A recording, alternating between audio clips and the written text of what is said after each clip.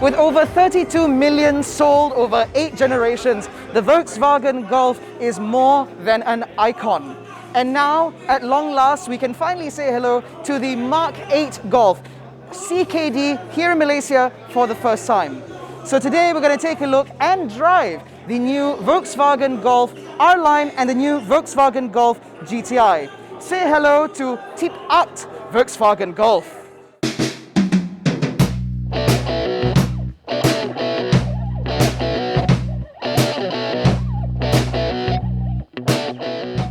Now we're going to start today's preview with the Golf R-Line, which, like I said, is now CKD in Malaysia for the first time. Under the bonnet is a 1.4-litre TSI engine paired to an 8-speed torque converter automatic gearbox. That's right, no DSG here. In terms of the design, this is very evolutionary from what we've seen from Volkswagen with the Golf before, but you now get these very distinctive LED headlights with a light bar that goes all the way across the grille. Being an R-Line model, naturally it looks a little bit more aggressive with a more aggressive front bumper, which looks kind of similar to the GTI, but because it has slats instead of a honeycomb grille, that's kind of how you can tell it apart.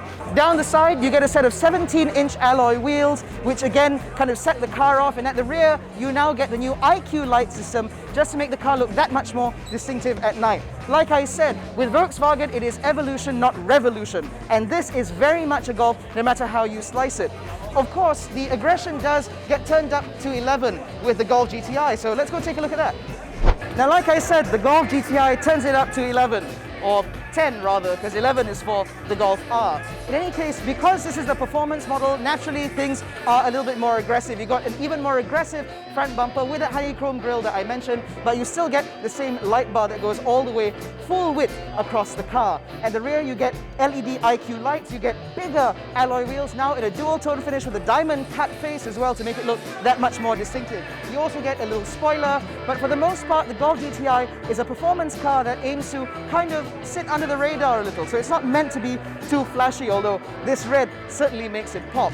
The differences continue on the inside, of course, where there are small infotainment system differences and small differences in the seats and that sort of thing, which is again to be expected given the fact that the GTI is naturally the hierarchy, or rather the more expensive vehicle compared to the R-Line. In any case, both of these cars are very well specified, but when you talk about the Golf, it's all about the drive. And we're here at Sepang International Circuit, so I am going to hand over to my colleague Izzat Chaharil, who's going to take these cars out for a thrashing on the track. Alright, Aiman, thank you very much. So right now we're going to start off with the Golf R-Line first. So we're going to test out with the Golf R-Line followed by the Golf GTI. I'm actually very excited for this. Let's take a look!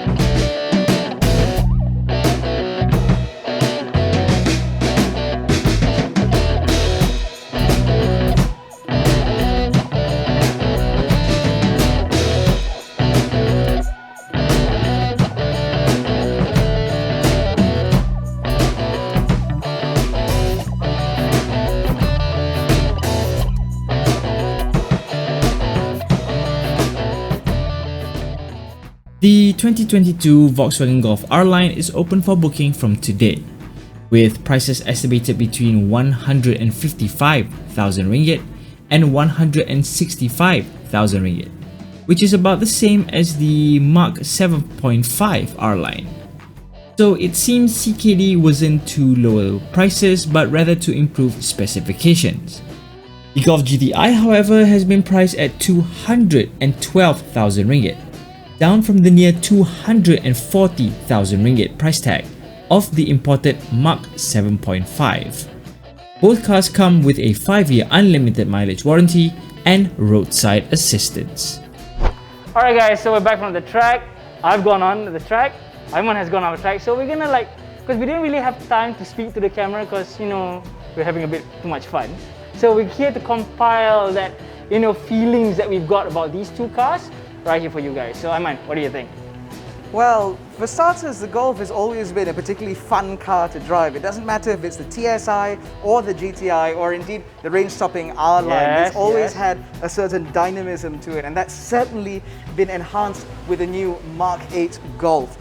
What was really surprising was that the Golf TSI was surprisingly good to drive. Yes. We usually expect something very predictable from Volkswagen passenger cars, but somehow the Golf TSI with the 8-speed automatic gearbox, Correct. again a regular torque converter, not a double clutch. Yep. I didn't expect it to be quite as snappy or quite as responsive. That engine has definitely a lot to give, and through the corners, my God, that will shame anything else on the C segment, and you heard that here first. Yep, I agree. Now, for me, the GTI, I felt very tense. To be honest, when I sat in the car, everything started tensing up. You see the yellow, the purple dies, you're like, oh But God, oh my God, I mean, it was fantastic. I mean, as I said just now, the moment you went off, you know you had so much power under your right foot. You started feeling, I'm not sure about you, but for me, I felt a bit scared until after the first corner. And after the first corner, I was like, oh, hello there. Well, this is fantastic. And that's exactly the thing about the Golf GTI, because it's ultimately a performance hatchback, but it's accessible performance. Yes, it's something that it is. rewards novices as well as professional drivers, people who really enjoy the love of driving. Anyone can enjoy a Golf GTI. It flatters because of its incredible capabilities, the adaptive chassis control, the torque vectoring between the front wheels to help ensure that power goes to the right wheel to make sure that your trajectory is never sort of out of place. The car never feels unsettled no matter how ham-fisted you might drive it. It feels like a proper tool. It's as sharp as a scalpel. It is as good as a GTI has ever been. There, you heard it here first, folks. Okay, now for Aiman. The 1.4? Or the GTI? That's not a question. That's not a question. As a daily. As any of our colleagues will tell you, it's the Golf GTI that always wins out. There is something about the fact that you have all of that accessible performance. It's something that you can live with every day. It doesn't cost an arm and a leg to own, it doesn't cost an arm and a leg to fuel, and it has the dynamic capabilities to really make you giggle on the weekends. Yeah, it is the quintessential hot hatch, and there is absolutely zero question that between the TSI and the GTI, it would definitely be GTI all the way. Not all the way. For me, I don't drive, as fast or as giddy as you guys. For me, the 1.4 TSI is also enough for anyone who wants to look at it. If you're the sort of person who prefers something a bit more slow paced, but allows you that bit of happiness when you decide to open the throttle. If you want to throw the car around, the 1.4 TSI will actually do you very well as well. I agree. 245 PS, man.